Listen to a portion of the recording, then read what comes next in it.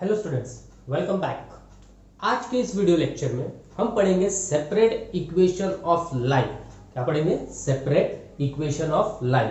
उस separate equation of line को पढ़ने से पहले हम अपने कुछ बेसिक्स को क्लियर करते हैं और कुछ थ्योरम्स को समझते हैं जो आपको सेपरेट इक्वेशन ऑफ लाइन को सॉल्व करने में मदद करेगा। तो फर्स्ट थ्योरम है the joint equation of a pair of line passing through the origin. यहां पर चीजें याद रखना है आपको, मैंने आपको बार बार बताया जब भी आप स्ट्रेट लाइन को सॉल्व आउट करो तो आपको ओरिजिन से पास आउट हो रही है, परपेंडिकुलर है, पैरेलल है, इन सारी चीजों को केयरफुली ध्यान रखना होगा। तो यहां पर कह रहा है first theorem the joint equation of a pair of line passing through the origin is a homogeneous equation of degree 2 in x and y. मतलब अगर किसी लाइन पेयर ऑफ लाइंस को पास किया जाए ओरिजिन से, पेयर ऑफ लाइंस को origin से पास किया जाए तो उनका जॉइंट इक्वेशन जो बनेगा वो एक होमोजेनियस इक्वेशन होगा डिग्री 2 का। होमोजेनियस इक्वेशन होगा डिग्री 2 का जिसमें x और y होंगे, x और y होंगे। तो वो होमोजेनियस इक्वेशन क्या होगा? ax square plus 2hxy plus by square is equal to 0। वो होमोजेनियस इक्वेशन क्या होगा? ax square plus 2hxy plus by square is equal to 0। अब जॉइंट इक्वेशन अगर हमें निकालना है तो हमें क्या करना होता था? u into v is equal to 0। तो हम क्या अज्यूम कर लेंगे इसमें कि u मेरा standard form a1x plus b1y is equal to 0 और v क्या होगा मेरा? a2x plus b2y is equal to 0। इन दोनों को मल्टीप्लाइड कर लो, आपको ये रिजल्ट मिल जाएगा कहीं ना कहीं। ठीक है, तो यहां पर ये जो चीजें हैं the joint equation of pair of lines passing through the origin is a homogeneous equation of degree 2। तो इस थ्योरम को थोड़ा सा याद रखिए। सेकंड थ्योरम क्या कह रहा है? A homogeneous equation of degree 2 in x and y. ये खुद में एक फर्स्ट थ्योरम का देखो, होमोजेनियस इक्वेशन है, डिग्री 2 का है और एक्स एंड वाई में है, मतलब वो लाइन कहां से पास आउट हो रही होगी? ओरिजिन से। ये तो क्लियर हो गया। अब वो क्या बोल रहा है? अगर ऐसा है तो वो represent a pair of line through the origin. क्या करेगी? वो ओरिजिन से पास हो रही है, ये रिप्रेजेंट करेगी, पर कब? जब x square minus a b is greater than और इक्वल टू 0। ये कंडीशन याद रखना है आपको कि कोई भी लाइन अगर ओरिजिन से पास आउट हो रही है और वो एक होमोजेनियस इक्वेशन ऑफ डिग्री 2 का होगा तो कंडीशन होगी वो तभी हो सकती है जब x square minus a b is greater than और इक्वल टू 0 होगा। क्या होगा? X square minus a b is greater than equal to 0। अब नेचर ऑफ लाइंस क्या होगी? Nature of lines represented by, ये चीजें ना बार बार ध्यान रखिए, इसीलिए मैं कह रहा हूं क्योंकि ये एक पार्ट है जहां पर हमने ओरिजिन से पास आउट करने की बात कही है, पर जब ओरिजिन से पास आउट नहीं होगा कुछ एक second type of form of equation हमें मिलने वाला है आगे, तो उसको किस तरीके से सॉल्व आउट करेंगे तो उसमें कंफ्यूजन ना हो आपको। ठीक है, तो यहाँ पे nature of line represent by the equation ax square plus 2hxy plus by square is equal to 0। तो if x square minus ab is greater than 0 then the lines are real and distinct. If x square minus ab is equal to 0, then the lines are real and coincident. If x square minus ab is less than 0, then the slope of lines are not real. Here, यहाँ पे जो हम बात कर रहे हैं वो slope की बात कर रहे हैं। Then यहाँ पे हम कह सकते हैं slope of lines are real and distinct, slope of lines are real and coincident, and then the slope of lines are not real. तो ये था nature of lines। तो इसको आप अपने कॉपी में नोट डाउन कर लीजिए ताकि आपको आगे के जब हम सेपरेट इक्वेशन ऑफ लाइंस को फाइंड आउट करेंगे तो इन कुछ कंसेप्ट्स को आपको याद रखना होगा। तो चलिए देखते हैं सेपरेट इक्वेशन ऑफ लाइंस के कुछ क्वेश्चंस और उसको समझते हैं। Separate equations are obtained by this four types, four methods से सॉल्व आउट होगा। Factorisation by splitting the middle terms, ये सारी चीजें आपने क्लास 10th में पढ़ी हुई है इसलिए इतना आपको डिफिकल्ट नहीं जाएगा ये concept. Factorization by splitting the middle term using the formula a square minus b square using quadratic formula। quadratic formula आपने याद होगा, आपको क्या था quadratic formula? x is equal to minus b plus minus under root of b square minus 4ac upon twice a, है ना। और using substitution, अब सब्स्टिट्यूशन में हम किसी चीज की वैल्यूज को सब्स्टिट्यूट कर देंगे, उसे क्वाड्रेटिक फॉर्म में ला लेंगे, फिर उसे सॉल्व कर देंगे। ठीक है, अब ये सारी चीजें क्वाड्रेटिक मेथड से सॉल्व क्यों हो रही है? क्योंकि हम सेपरेट इक्वेशंस जो फाइंड आउट कर रहे हैं वो किसके लिए फाइंड आउट कर रहे हैं? ax² plus 2hxy plus by² is equal to 0 के लिए। किसके लिए सॉल्व आउट कर रहे हैं? ax² plus 2hxy plus by² is equal to 0 के लिए। यहां पर हमने ये पढ़ा है कि अगर जॉइंट इक्वेशन तब बनता है जब कोई पेयर ऑफ लाइंस ओरिजिन से पास हो रही होगी और ओरिजिन से पास होने के बाद वो हमें एक होमोजीनियस इक्वेशन देगी ऑफ डिग्री 2। कितने की? डिग्री 2 की। अगर डिग्री 2 का होमोजीनियस इक्वेशन दे रही है मतलब वो इक्वेशन कैसा होना चाहिए? क्वाड्रेटिक इक्वेशन होना चाहिए। सो क्वाड्रेटिक इक्वेशन अगर है तो ऑब्वियस हम उससे सारी मेथड्स कौन सी यूज करेंगे? सॉल्विंग ऑफ क्वाड्रेटिक इक्वेशन की। तो चलिए क्वेश्चन की मदद से और इजी कर लेते हैं उस कांसेप्ट को। तो फर्स्ट क्वेश्चन क्या दिया हुआ है बेटा मेरे पास? It is 5x² minus 9y² is equal to 0। तो यहां से तो सबसे इजी समझ में आ रहा है कि भैया ये मेथड यूज हो रही है, it is a² minus b²। पर यहां क्या हुआ है?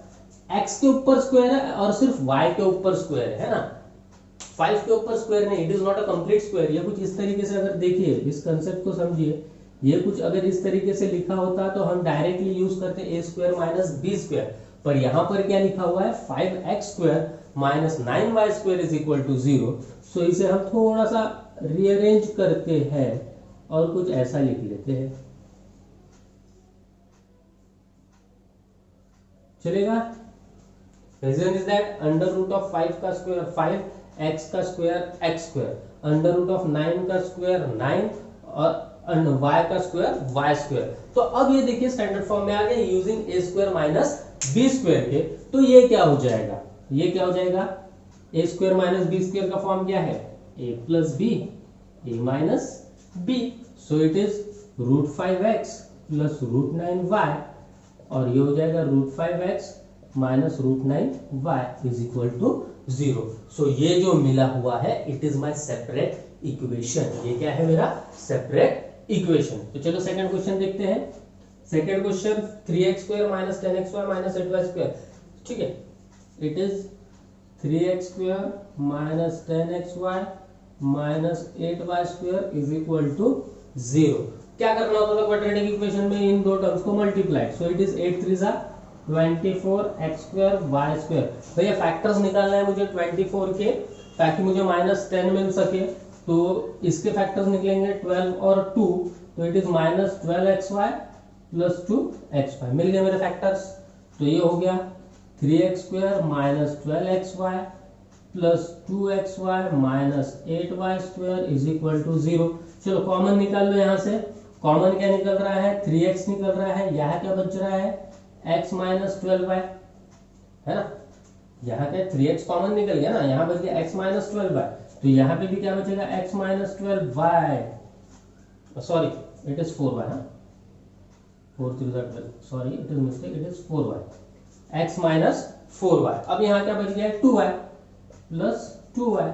तो ये आंसर मिल गया मेरा 3x plus 2y and x minus 4y is equal to 0। तो ये बन गया मेरा सेपरेट इक्वेशन। ये मेरे क्या मिल गए? मुझे सेपरेट इक्वेशन मिल गए। तो अभी थर्ड वन को देखते हैं। थर्ड वन भी सिमिलर है बेटा, पर यहां पर आपको ये ध्यान में रखना होगा कि किसमें आप quadratic equation of formula use कर सकते हो, किसे स्प्लिटिंग द मिडिल टर्म से। अब थर्ड वन में देखिए, यहाँ पर 2, यहाँ पर 2, यहाँ पर 1, 2 1 जा 2, ऐसा कोई तो फैक्टराइजेशन मिलेगा नहीं हमें, स्प्लिटिंग द मिडिल टर्म वाला कंसेप्ट मिलेगा नहीं। तो इस क्वेश्चन को हम सॉल्व करेंगे यूजिंग क्वाड्रेटिक फॉर्मूला। कैसे सॉल्व करेंगे? क्वाड्रेटिक फॉर्मूला से। तो देखिए यहां पर अगर इस इक्वेशन को 2x² plus 2xy minus y² is equal to 0। अब मुझे सेपरेट इक्वेशन फाइंड आउट करना है। सेपरेट इक्वेशन इसे बनाना है using the quadratic formula. Quadratic formula क्या बोलता है बेटा? Minus b plus minus under root of b² minus 4ac upon 2a। तो a क्या होगा, b क्या होगा, c क्या होगा? देखिए इट इज ax²। ओके, यहां पर देखिए इस x के फॉर्म में है। हाँ, यहां से सेपरेट निकालते वक्त थोड़ा सा ध्यान रखिए। यहां क्या आता है? bx plus c is equal to 0।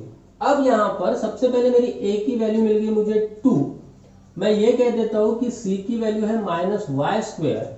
Okay, c की वैल्यू है मेरी -y², तो b की वैल्यू कितनी है बेटा? Yes it is 2y। कितनी है? 2y।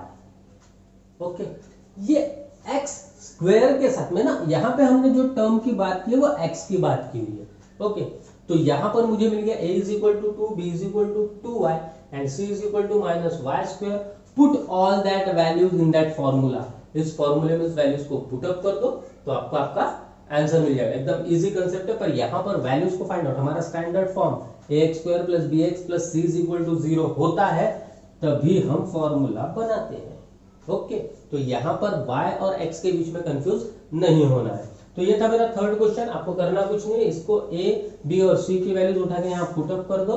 दैट मींस आपको दो इक्वेशंस मिल जाएंगे और वो होंगे मेरे सेपरेट इक्वेशन। अब फोर्थ वन की तरफ देखते हैं। फोर्थ वन को भी मैं ओरली समझा देता हूं आपको। फोर्थ वन में आपको एक चीज नजर आई होगी कि फोर्थ में क्या हो रहा है, कुछ तो चीजें कॉमन है यहां पर, है ना? कुछ दिख रहा होगा आपको, यहां देखिए x-2, यहां पर भी x-2, y+1, यहां पर भी y+1, बराबर, x-2, x-2, y+1, y+1। That means मैं यहां पे कहूंगा put x-2 is equal to a and y+1 is equal to b। Substitution, ये फोर्थ वन के एग्जांपल की बात थी, इसलिए मैंने सारे इस पे पैटर्न्स पे एक एग्जांपल लिया है। x-2 is equal to a and y+1 is equal to b। तो अब क्या होगा, a², x-2 मतलब a और उसका स्क्वायर मतलब a² -3a और y+1 यानी b -3ab plus 2 of y+1 whole square यानी b² इज इक्वल टू 0। अब तो इसे मैं स्प्लिटिंग द मिडल टर्म से सॉल्व कर पाऊंगा। क्यों? तो देखिए मुझे क्या मिल रहा है, 2a² b² के फैक्टर्स निकालना है। किसके? 2a² इंटू b² के फैक्टर्स निकालना है। अगर 2a² b² के फैक्टर्स निकालना है और यहाँ पे कितना है -3ab, मतलब क्या होगा -2ab and -ab, -2ab and -ab। तो यहाँ पे क्या हो गया, a² -2ab -ab plus 2b² is equal to 0। So taking common, जो रूल हमने 10th में यूज किया वही रूल यूज कर रहे हैं हम, बाकी कुछ नया नहीं है बेटा। तो यहाँ से कॉमन निकल गया a, यहाँ बच गया a -2b, तो सिमिलरली यहाँ पे भी बच जाएगा a -2b। अब यहाँ पे बचा क्या, -b इज इक्वल टू 0। सो मुझे दो क्या मिल गए, a -2b is equal to 0। अब कुछ नहीं करना है, करना क्या है, a की वैल्यू को रिप्लेस कर दो, b की वैल्यू को रिप्लेस कर दो। देखिए, but x-2 is equal to a and y+1 is equal to b, therefore x-2 minus of y-1, sign की तरफ ध्यान देना थोड़ा सा, और यहाँ पे क्या हो जाएगा, a की value x-2 minus of 2y-2 is equal to 0। तो ये बन गया मेरा सेपरेट इक्वेशन। तो it is easy concept, separate equation का कंसेप्ट बहुत इजी है, तो थोड़ा सा प्रैक्टिस करिए तो it is simple. So thank you students, मिलते हैं नेक्स्ट वीडियो।